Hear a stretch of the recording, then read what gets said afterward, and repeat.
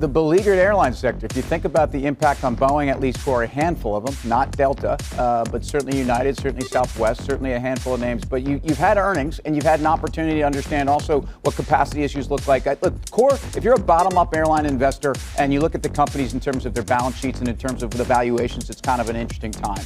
When you look what's going on right now, I still think the cyclicality of just the, look at the IYT, which is the ETF that trades the transportation sector. That's not a chart. That's not necessarily something I want to buy. FedEx testing those lows around 140, 135. So as much as I think Delta is a very strong play in terms of valuation and a company that's probably counter Boeing, I wouldn't go in and buy it today. I'm long. You'd like to look at the last outbreaks, the SARS or MERS.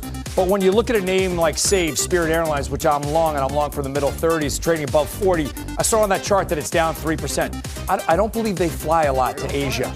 So you're having these sold off as macro, just sector bets. I would look for those that are being sold off with the group that shouldn't be sold off. Obviously, I'm biased to Save, but SAVE, you should be a buyer if it's selling off on this. Well, Delta Airlines has a major double top at 62.5 from July of this year, and then recently, you have to think if this thing continues, we'll test the lows we saw in December of 19, which is 47.5. But I understand what Steve is saying. He brings up a really good point in terms of Spirit, but you know what? That works on the upside as well. I mean, a lot of stocks have moved to the upside in the last 8 years for no particular reason other than they're coupled with ETFs, and now you're seeing the opposite side of that. So it can't, and I'm not suggesting Steve is saying this, but it can't be good on the one end and then bad on the other. You take the good with the bad with these ETFs. I mean, maybe Save. Let's take the ones that do fly to Asia.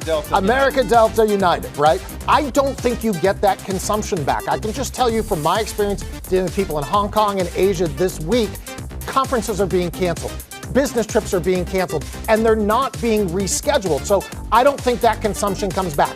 Will there be a time to buy the airlines? Maybe. They've been flatlined effectively for a long time here. I don't think there's a catalyst to really punch them out. Maybe if we get a panic low, then you can trade them, but I don't think you can buy these for an investment anytime soon.